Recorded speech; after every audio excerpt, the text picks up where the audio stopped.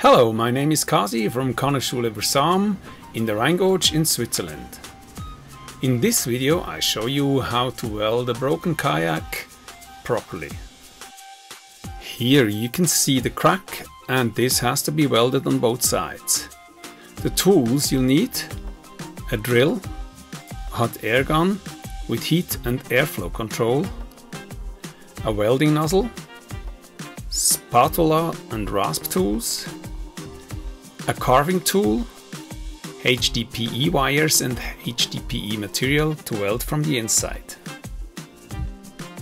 Drill a small hole through the hull at both ends of the crack. This will prevent further tearing in the future. Use the carving tool to open the entire crack to a depth of about 3 to 4 millimeters.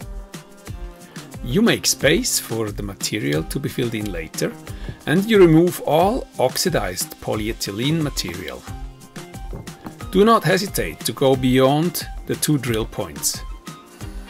Meanwhile, the hot air gun heats up to 310 degrees Celsius or 590 degrees Fahrenheit and is set to a medium airflow.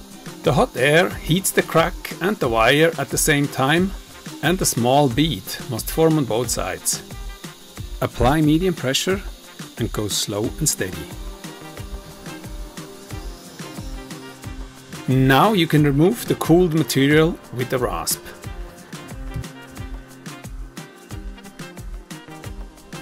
Open the crack from the inside down to the white filler material, so that all cracked material will be removed.